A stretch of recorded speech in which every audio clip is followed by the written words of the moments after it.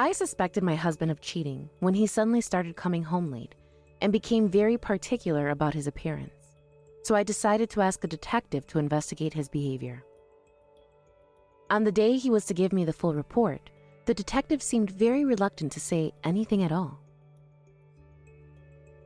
That alone made my stomach churn, and I prepared myself for what I thought was worse. He handed me the report as he said, It's hard to say, but I'm afraid your husband has other things of which he is guilty, besides cheating. "Oh no, that can't be true." After hearing the detective's story, I decided to report my husband to the police as soon as I got home. This is a story of how even someone you trusted for quite a long time could suddenly become a person you never expected, and how that can immediately ruin the relationship you had with them in but an instant. Hopefully, we'll learn that while trust can be extremely strong, it's also extremely fragile, and that keeping it can be one of the most important, difficult things a human being can do. My name is Olivia, and I'm a 38-year-old office clerk working for a locally successful company. I have been married to my husband Phineas for 15 years. He is 2 years older than me, and between the two of us, we have a son named Morgan, who is in junior high school, and we used to live together very happily, the three of us. Phineas and I have been married for more than a whole decade, and with our son in his early teens at that point, our relationship seemed to have become one of two people living together, rather than a man and a woman who love each other quite deeply. But even so, I believed we were getting along reasonably well. Phineas worked as a construction worker, and he was often put in charge of a project on site because of his determination, passion, and leadership. We met when he visited our office as the head of the project of which my workplace was in charge, and one where I was designated as assistant chief supervisor. But I was pretty much in charge of the whole operation. My boss thought it was a good idea to give me an early taste of what could be my future job. He didn't give it to me out of the blue, though. He did have his reasons. The fact that he saw so much potential in me was what made me so proud of myself. But that pride didn't stop me from being so nervous. I quite literally couldn't sleep much for a few days.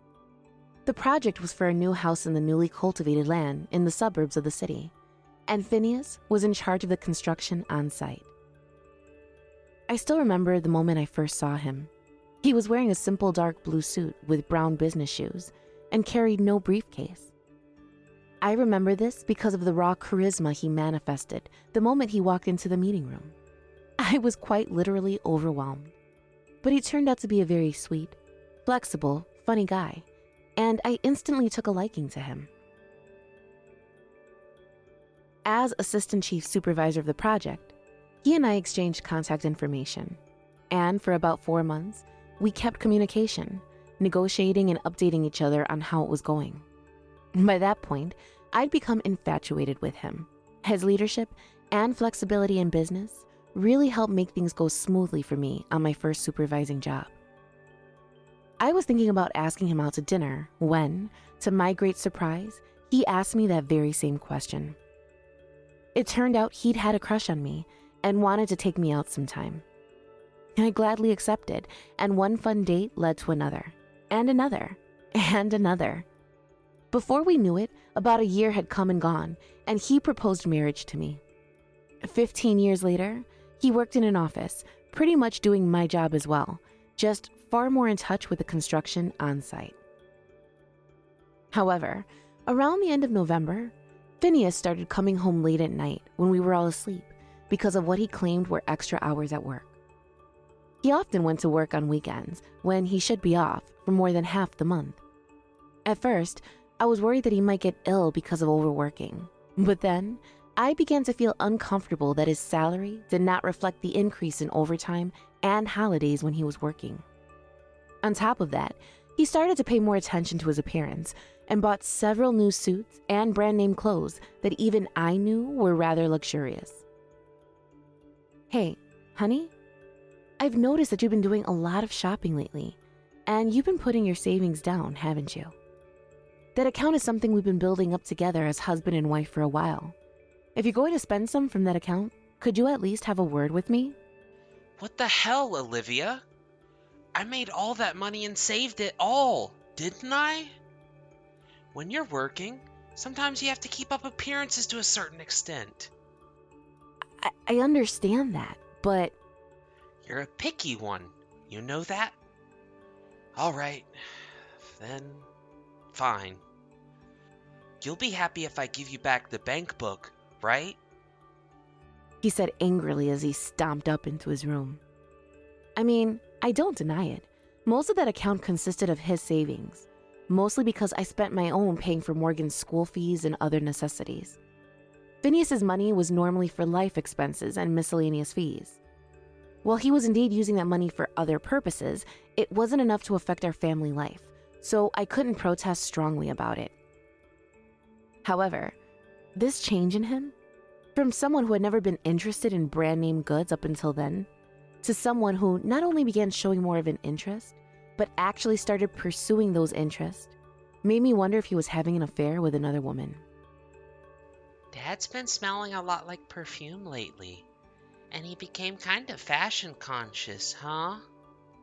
I find that pretty weird, honestly. And it seemed that I wasn't the only one who felt uncomfortable with my husband. Even Morgan, my son, who hadn't had much contact with his father ever since he entered puberty, was suspicious of him. I decided to have a detective agency look into my husband to see if I could find out what it was that was making me feel so uncomfortable. It was the first time I had ever hired a detective agency, but I first decided to ask for a consultation and an estimate. The office I consulted with said that it would cost $70 per hour of tailing and additional investigation, and nearly $2,000 for a full day's work. I was prepared to pay a bunch of money for someone to work on the case, but as I had a son who will still be costing me a lot of money for higher educational purposes, among other expenses, I wanted to keep the cost as low as possible. I was not convinced that Phineas was having an affair anyhow, so I did not feel comfortable using our joint savings to pay for the investigation. That could actually call him out for something. Even if I used my personal savings, I would be able to manage up to $3,000. With this in mind, I decided to have him investigate my husband's behavior as follows. 4 hours after his designated time of work ending on weekdays, which was the time period between 6 and 10 p.m., and for 12 hours on Saturday, from the time he supposedly arrived at work to the time he returned home, so the time period between 9 a.m. and 9 p.m. for the following 6 days of the week. 2 weeks later, the day came when I would receive the report from the detective in charge. Detective Bont appeared awkwardly in front of me as I was ushered into the meeting room of the agency. That alone made my stomach churn, and I prepared myself for what I thought was worse. May I inquire the results of your investigation, Detective? Yes, ma'am. As a result of our investigation, it is clear that your husband is another woman with whom he's very close. Physically close. If I may be so bold as to be forthwith in my statement. I frickin' knew it. I turned my attention to the report that he'd given me. The evidence spread out across the table. There was a picture of a woman and Phineas walking into a hotel, arm in arm, looking madly in love with each other. I guess she was a little older than me, and I felt she was a very attractive, sexy woman. She had slender legs and a thin waist, but a big bust and prominent hips. She had long golden hair and looked as though she was an actress from Baywatch, perhaps a decade and a half older. Then Detective Bont told me something that I would have never expected in my life. It's hard to say, but I'm afraid your husband has other things of which he's guilty. But besides cheating. He was stammering, as if he really didn't want to say anything for my sake. What do you mean by that, Detective? I urged him to go on, and he sighed and finally started to speak the truth, this time without stammering. So allow me to start from the beginning. Oh no. That can't be true. I was absolutely stunned by what he said. I was so lost in what he was saying that I felt as if I was only hearing all of the details he was kindly providing, instead of listening to them and understanding them.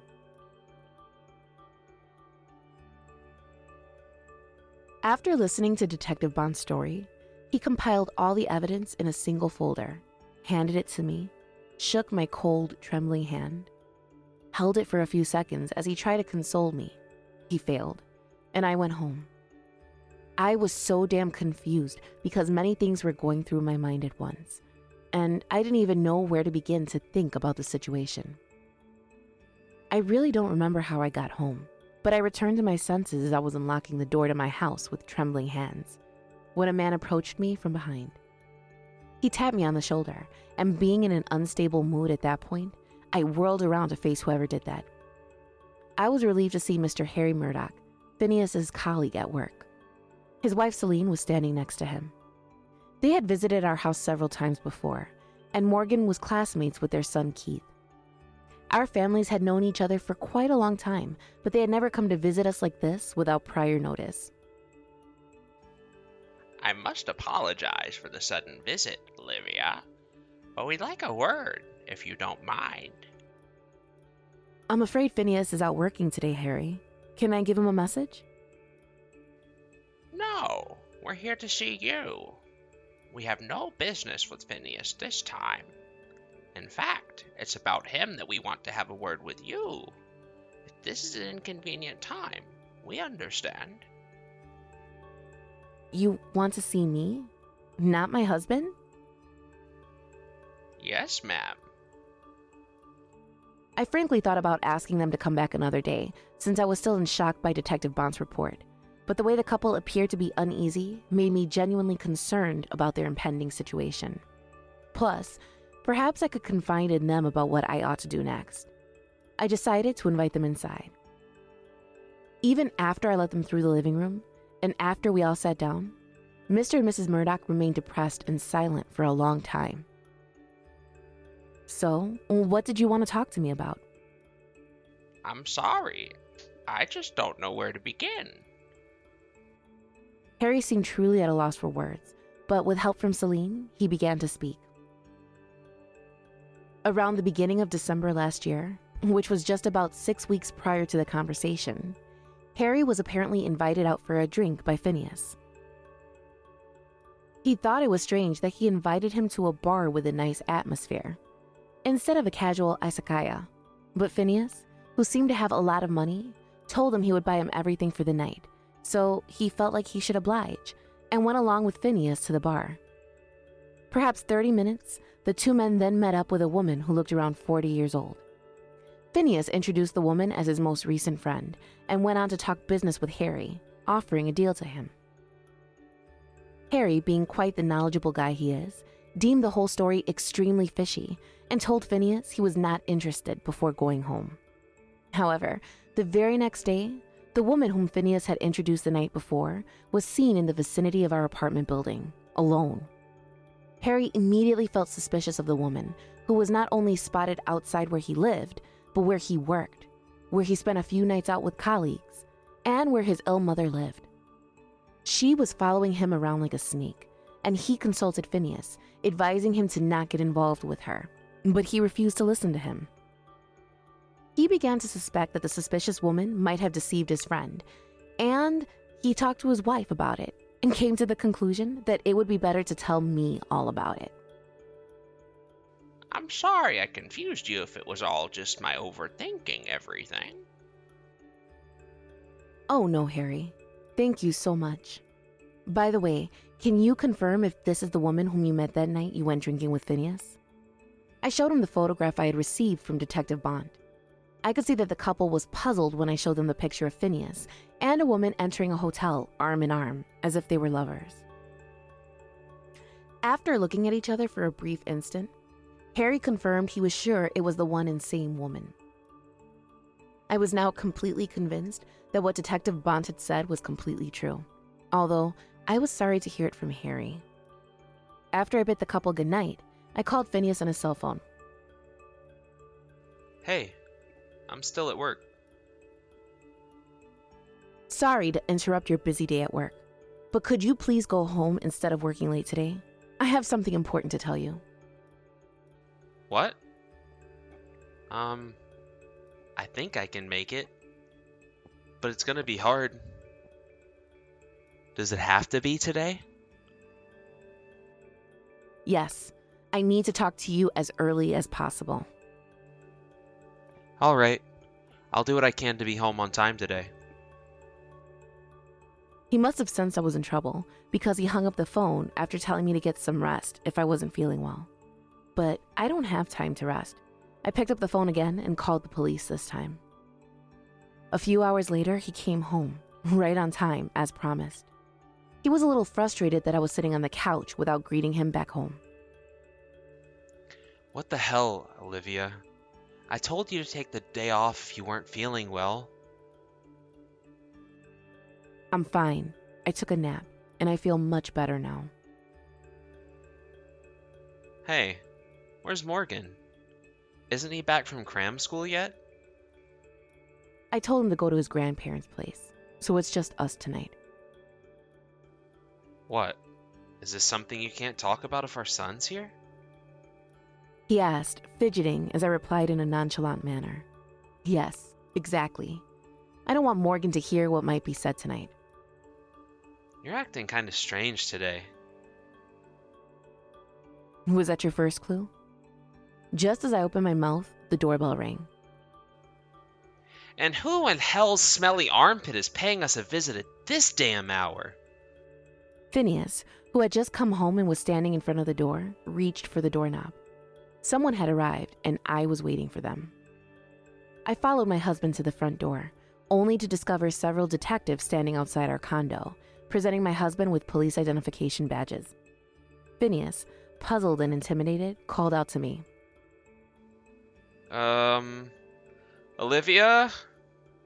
Good evening, ma'am. Is this the husband you've told us about? Yes, officer. Hey, what the hell is going on here? Mr. Karkovsky, we'd like to ask you a few questions, if you don't mind. Phineas's face turned paler than the whitest shade of snow. I'd never seen anyone's face go that white that quickly until then, or since. The detectives asked him to accompany them back to the police station. We'd like to ask you a few questions too, ma'am. Understood, officer.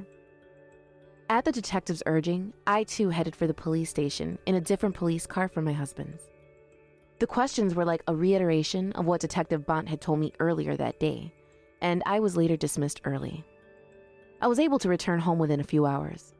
My husband, on the other hand, did not return that day. A few days later, I received a call from the police station informing me that their investigation had concluded that my husband was not directly involved in the scam. He came home that afternoon with a completely disheveled, dismal look on his face. You're the one who called the police, aren't you? I heard you were involved in a scam case. What are you talking about? I'm a victim in these circumstances, Olivia. I didn't do anything. But I heard you were recruiting Harry Murdoch, among other colleagues and friends. Well, that's because... You received money every time you solicited someone from that woman, Linda West. The only reason there were no victims is because they were more knowledgeable of all that bullshit than you were, and didn't jump at the chance to make a quick buck. You're so lucky you didn't succeed in getting anyone hooked to the scam, Phineas. You better be grateful you were so lucky. How much do you know?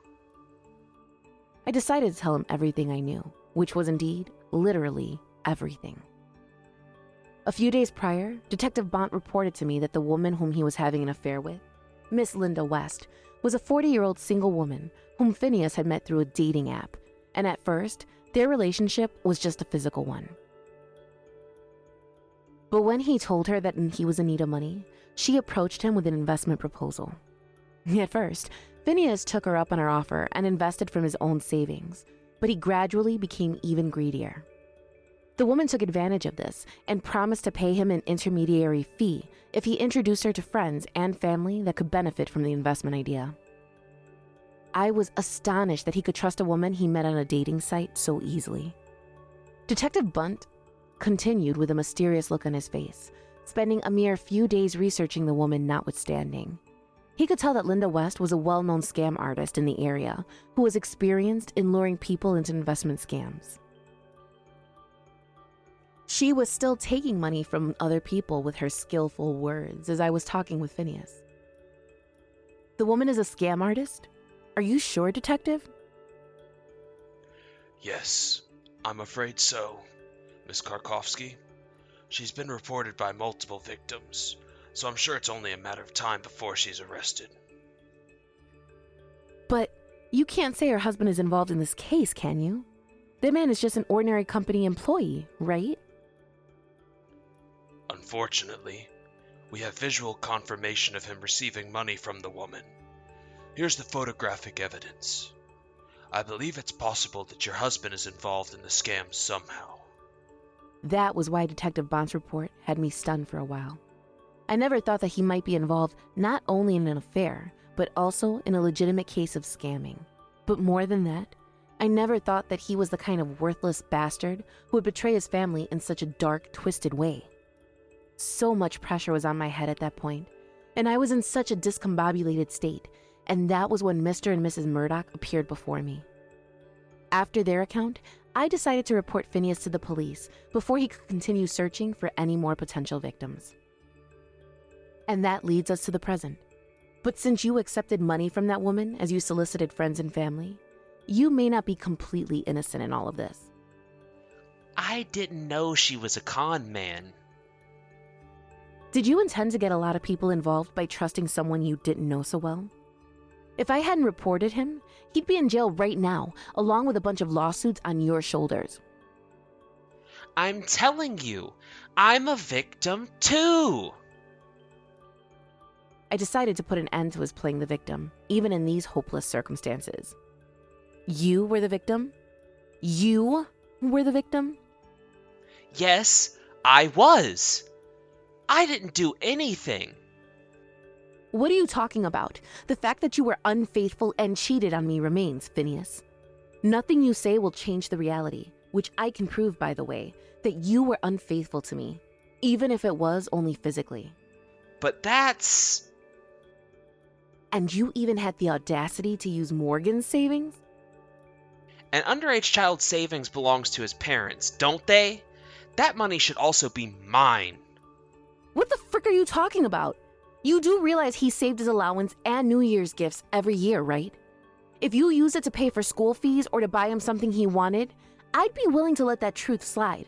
But that's not the case, is it? I was gonna pay him back with the money I got by investing more. Shut up. Investing is something you do with your own damn savings, with money that doesn't belong to a parent's own child. A father who doesn't even comprehend such a simple fact is a nuisance to me and my son just by existing. I'm so disappointed in you. I thrust divorce papers under my husband's nose and left home with Morgan following me. When I later filed for a formal divorce with my parents-in-law apologized profusely and promised to cover the cost of my son's savings that Phineas had spent on investing. We agreed that my husband would offset the amount he had spent on our joint property, and I would receive all the remaining savings. Alimony and child support would be paid with the money from the sale of his car and other things. Everything combined was unfortunately a little short of the $95,000 they said it would cost for my son's high school and college education, among a few more things. But I decided to see what I could do by working. I did have an imminent promotion coming up soon anyway. The raise would eventually cover whatever remaining cost Morgan would need to pursue his future of becoming an architect. Phineas was later fired from the company he worked for almost 20 years because he was about to scam his colleagues into investing money in a shady manner. He is now working every day to pay off the gargantuan debt that his parents-in-law took on for him, working a job that he is not too good at. Linda West was also arrested under suspicion of violating the Investment Act and the Financial Instruments and Exchange Act. I heard that she will be prosecuted in the near future. I think the only thing that saved us in the end was that we were the only people close to Phineas who were victims of her greedy, evil, capitalistic tentacles. A few months have passed since, and I have been able to live my life as usual with my darling son. The only difference is that his father is no longer with us. But maybe that's why I feel like I have more time and space in my life. My son, who will enter high school this spring, said he would be happy to take me on a trip with the money he would make at his part-time job. He's just the sweetest boy, but I want him to spend the money for himself in however way he chooses, under the condition that he remains responsible. I'm certain he will be, and I'll do what I can to teach him lots of things about money so that he'll never fall victim to its dark side. Wish us luck, everyone.